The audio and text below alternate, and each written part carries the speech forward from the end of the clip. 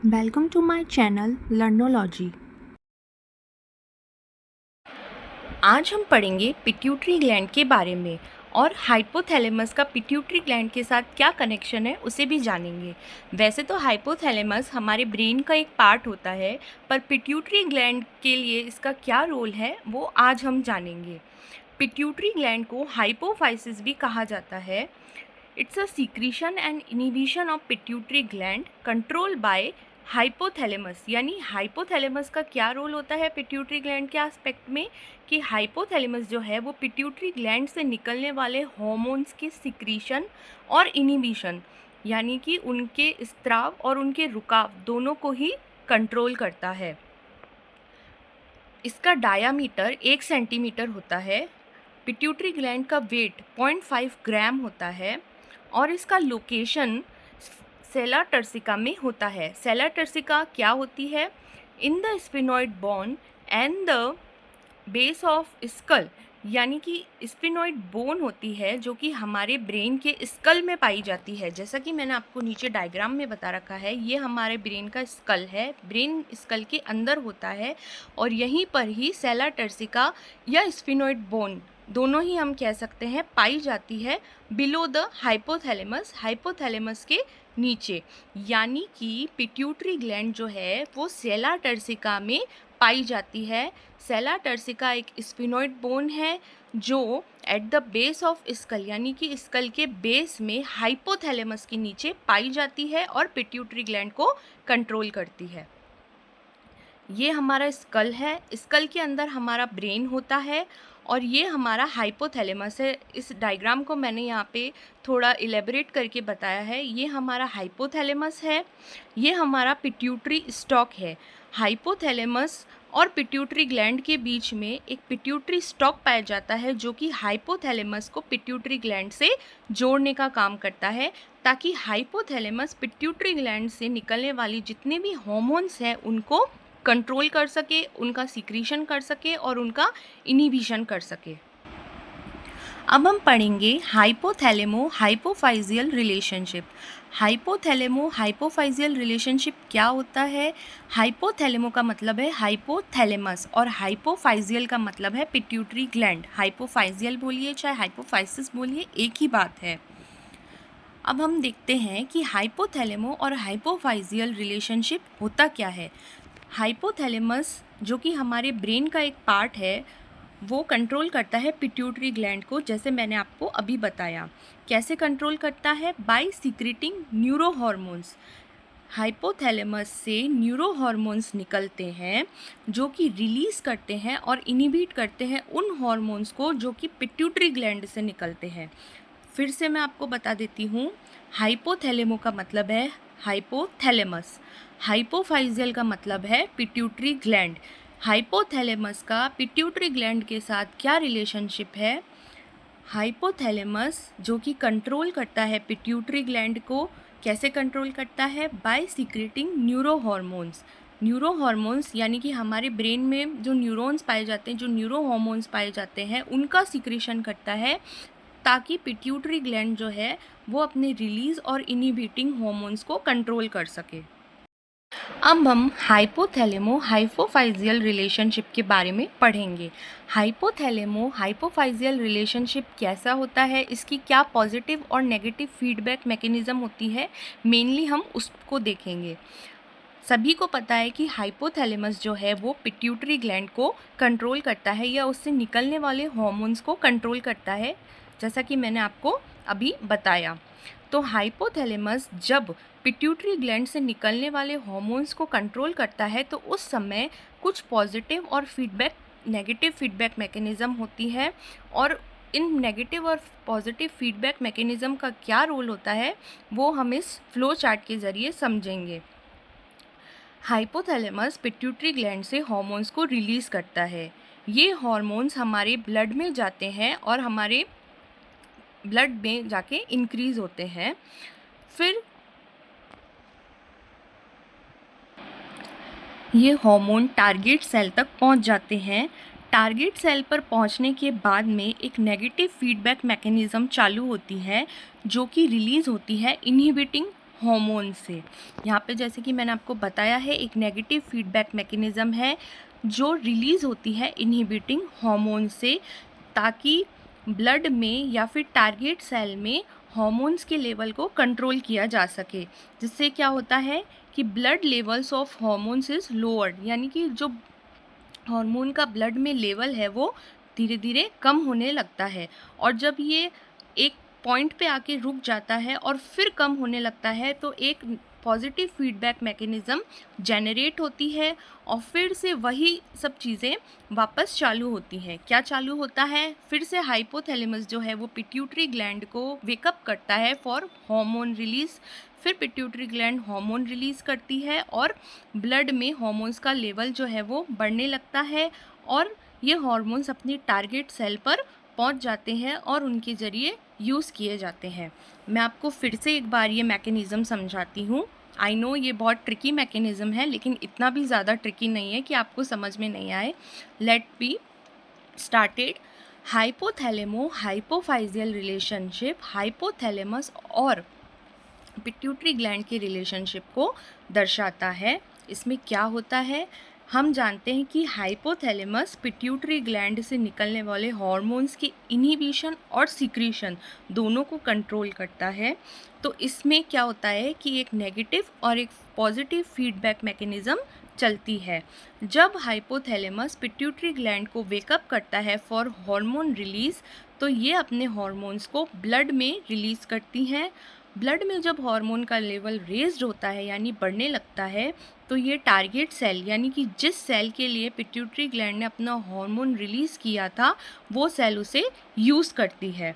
और जब एक पॉइंट आने पर ये हार्मोन्स सेल द्वारा यूज़ कर लिए जाते हैं, सेल के ज़रिए यूज़ कर लिए जाते हैं, तो एक नेगेटिव फीडबैक मैकेनिज़्म रिलीज़ होती है जो कि हार्मोन्स को इनहिबिट कर देती है आगे बढ़ने के लिए या और रेज होने के लिए, जिससे lower blood levels of hormones create हो जाता है, यानी कि ब्लड में हार्मोन्स का लेवल लो हो जाता है और फिर से एक पॉजिटिव फीडबैक मैकेनिज़्म चालू हो जाती है और फिर से वही पूरा प्रोसेस चालू हो जाता है।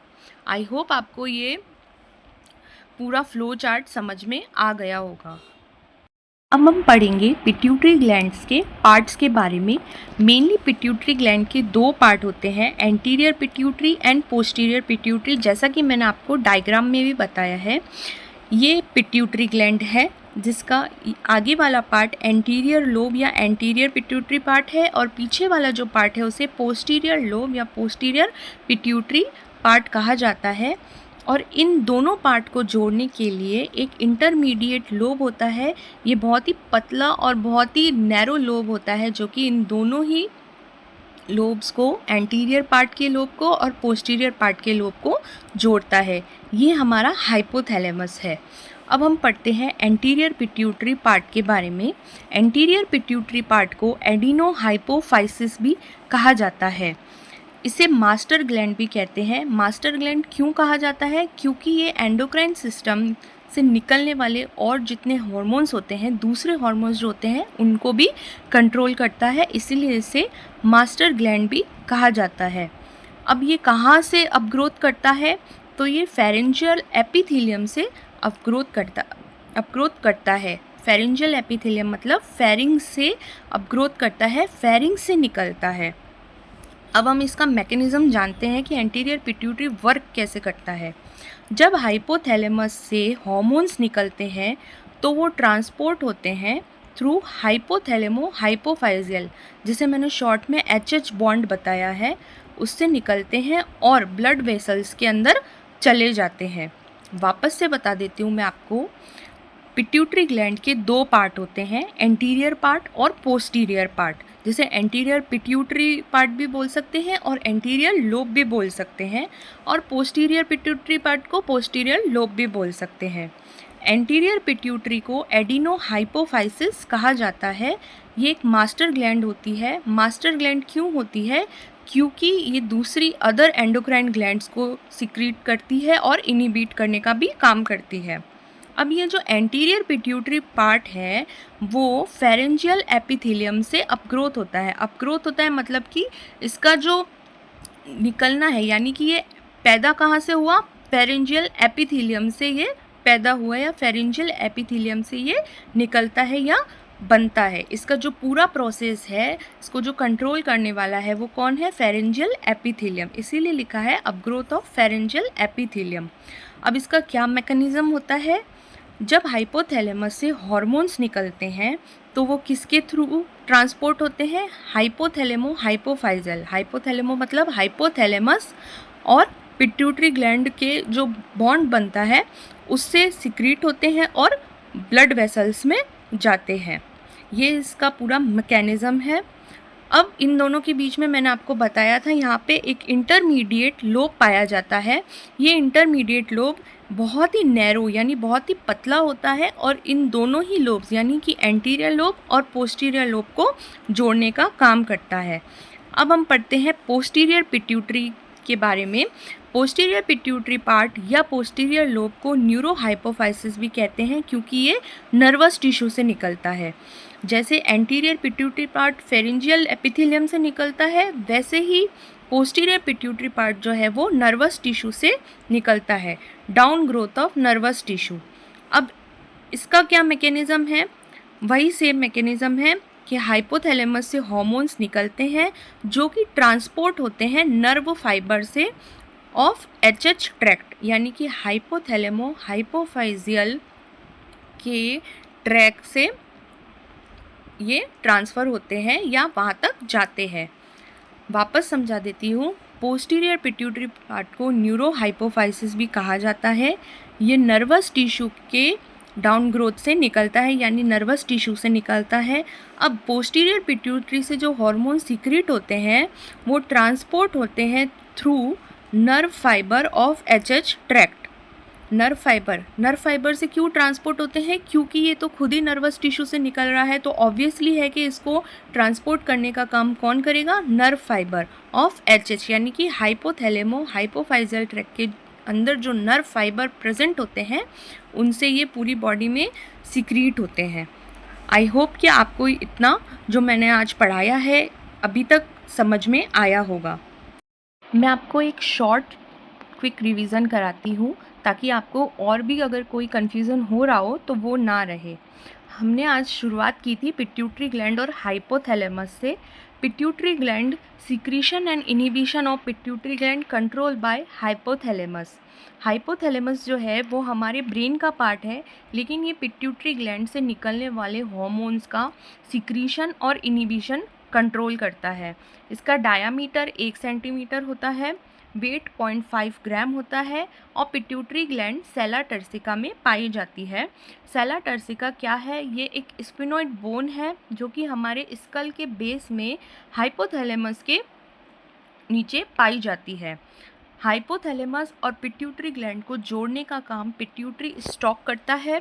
ये पिट्यूटरी स्टॉक जो है वो हाइपोथैलेमस और पिट्यूटरी ग्लैंड को जोड़ता है ताकि पिट्यूटरी ग्लैंड से निकलने वाले जितने भी हार्मोन्स हैं उनका सीक्रीशन और उनका इनिबिशन हाइपोथैलेमस कंट्रोल कर सके।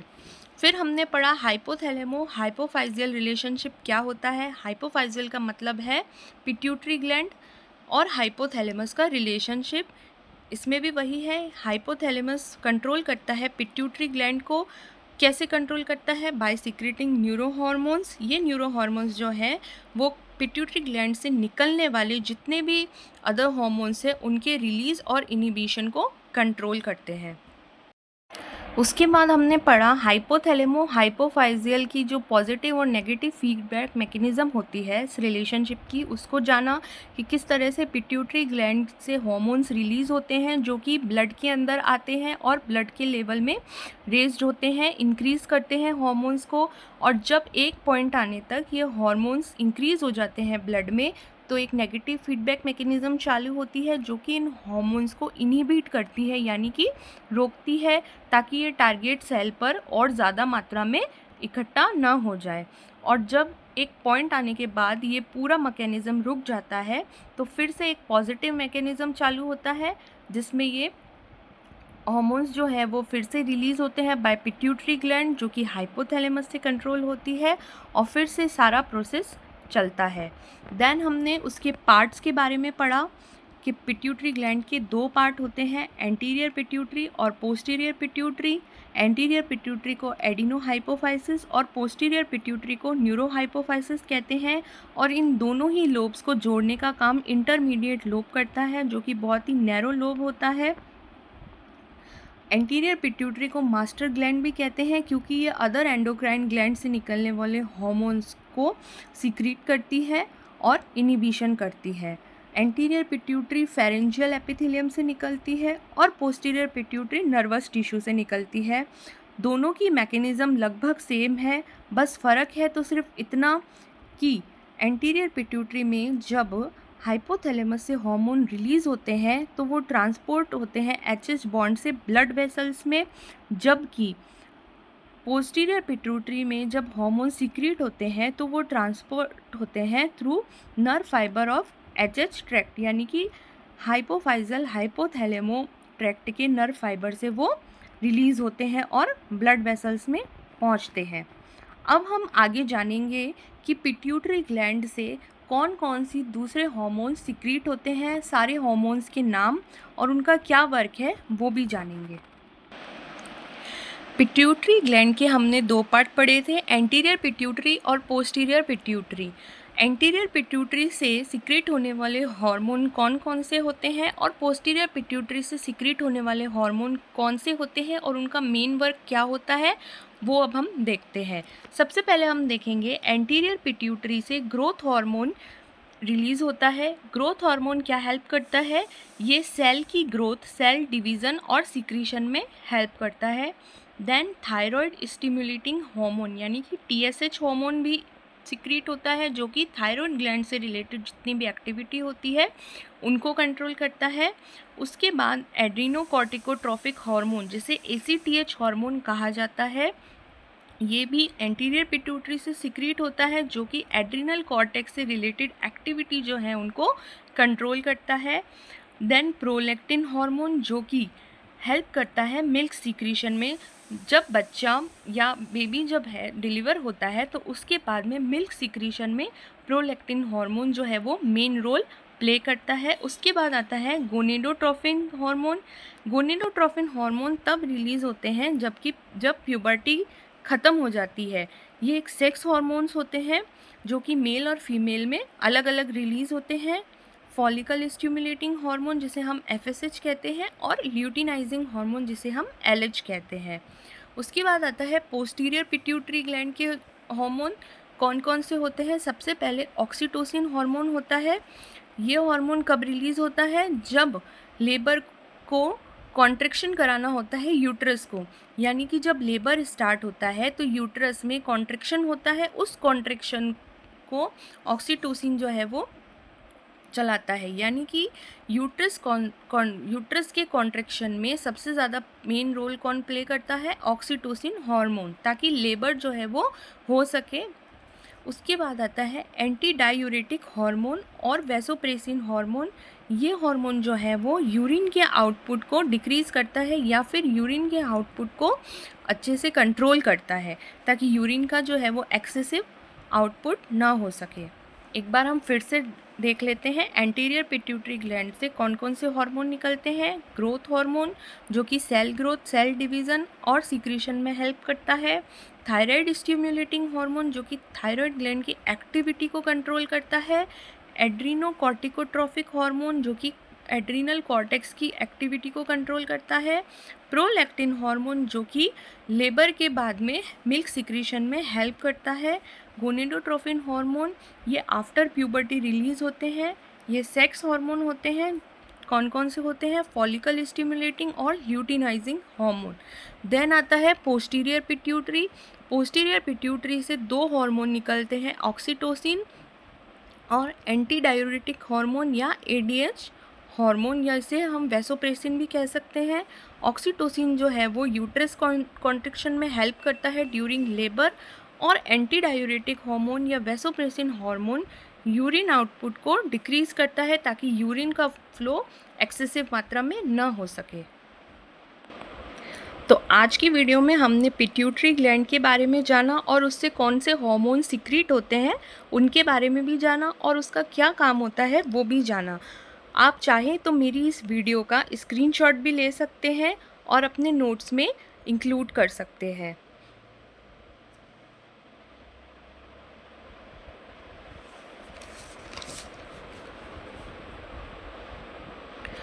अगर आपको मेरा वीडियो पसंद आया हो तो प्लीज़ लाइक करें, सब्सक्राइब करें और शेयर करें। अगर कोई भी तरह का डाउट आपको आता है तो आप मुझे कमेंट सेक्शन में बता भी सकते हैं and I can help you.